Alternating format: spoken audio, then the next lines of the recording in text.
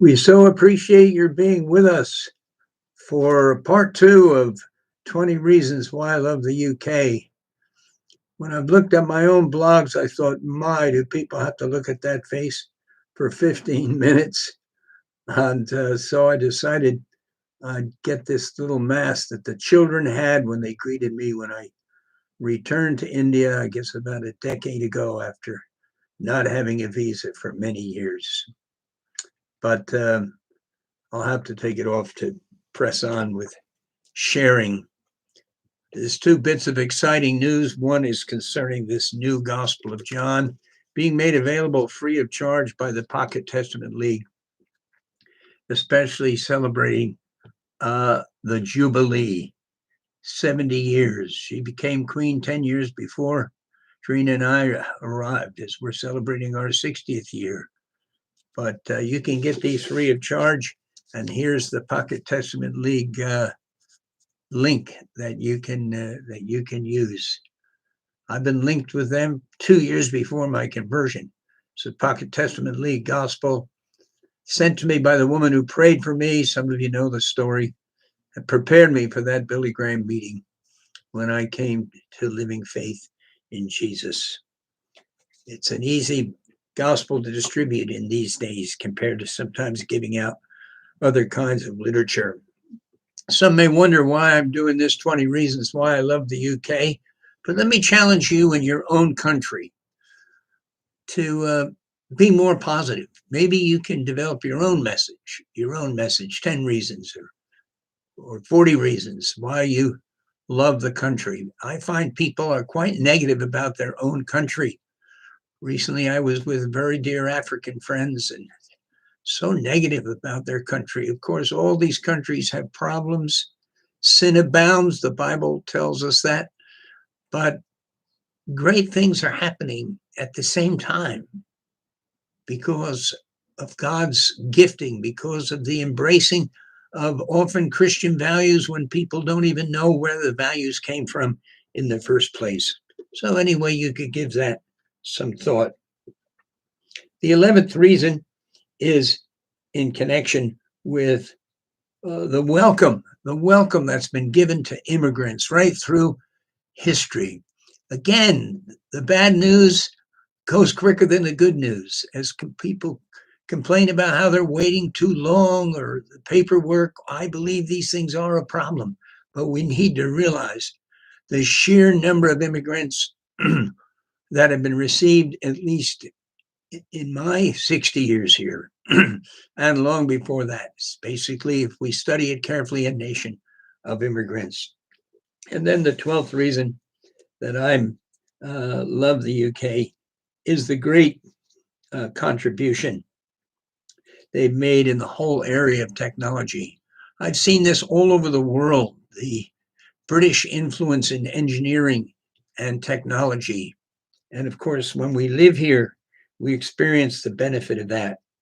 Education, industry, most major fields, British people have made a contribution, and you need to see the contributions made in your own country and of course, in your own culture.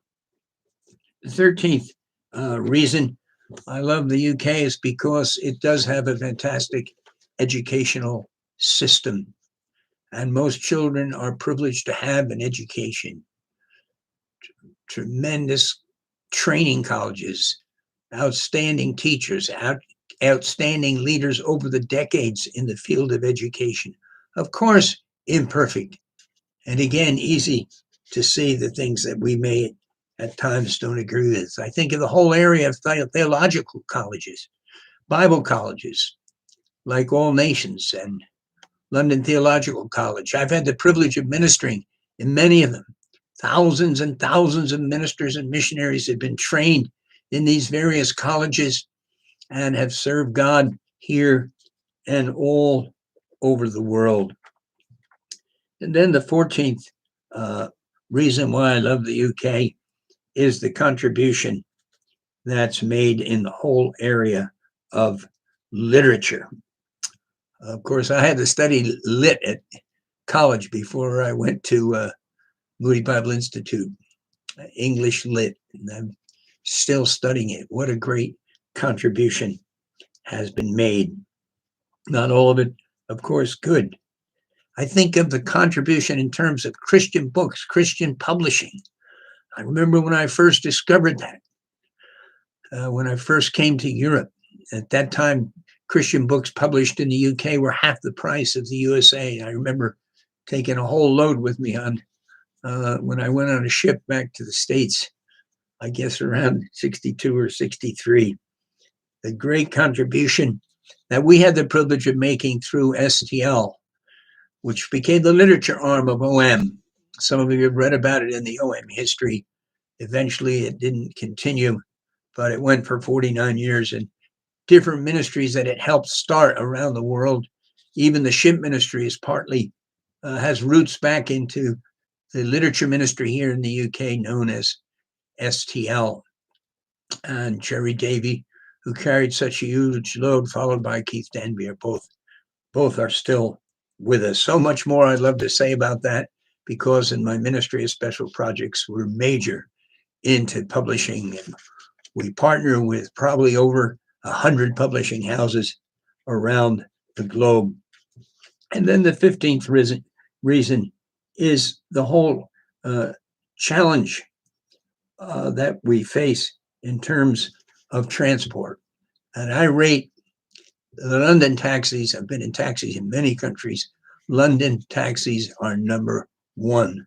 I won't get into the Uber discussion. I'm talking about the taxis I used when I arrived here 60 years ago, and I continue to occasionally use. And then the 16th reason is the whole judiciary system. We take these things for granted. Judges, courts, general public serving on jury service, very complex cases. Again, so easily people criticize when a case goes wrong, when someone is convicted and sent to prison, and later it shows that the person was innocent. But I think in a majority of cases, we see justice. Again, an imperfect world with imperfect people. And we can expect that things at times will go very wrong. And we grieve, of course, when we hear that. And then I wanted to just touch on the 17th area, which is, I hope I covered the 16th. Yeah, the 17th area, the whole contribution made in the area of film, the area of music, the arts, and so many great people, explorers, scientists, those who have the privilege of studying a lot of history, just are amazed at the people that have come from these islands and have gone all over the world, including the very top of Mount Everest. And then number 18 is the great contribution made in the area of music. Of course, music and film sort of go together. I think of so many great hymns. How many? Just by Charles Wesley himself. And that, of course, is another whole area where I just learned to love this country, is what God has done through people like John Wesley and General William Booth, and Hudson Taylor, and C.T. Studd. Yes, amazing. And I don't think we should always just put the spiritual in one category and put so-called non-spiritual secular things in another category. And I just enjoy a lot of music and areas in the arts and the theater that aren't necessarily considered Christian. Sometimes I, at the end, feel that there's been a number of things that were wrong, and constructive criticism is generally welcome in most areas of our society. Then the 19th reason, this will surprise you, of course, is the climate. Yes, I love the British climate. I love that variety. Sometimes it changes even on one day, from cloud to sunshine to rain, back to sunshine. We had a very warm week 2 weeks ago. The next week, it got very cold. I love variety, and I love the climate here. And the key word, of course, is overall, compared to other places I've lived, it's mild. And I guess when you've lived in sweltering heat, as I have in India, you appreciate more the kind of climate we have here. And my heart often goes out to those who are suffering and battling extreme cold or extreme heat. Of course, a lot of relief for some who can afford the air conditioning.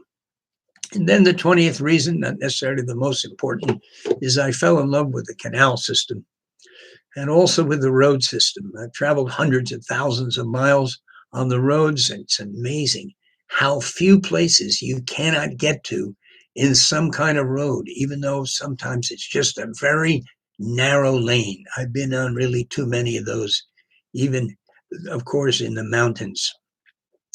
It was through a man who owned a canal boat company and some other friends that I eventually, after looking at canals out the train window for years, I finally, I guess, in the early 90s, had my first canal boat trip, a narrow boat, sometimes referred to, and fell in love with that whole system. And had the privilege, I guess, of at least 15 or 20 different canal trips, sometimes only for a few days. Once it was 2 weeks. Of course, Trina was with me.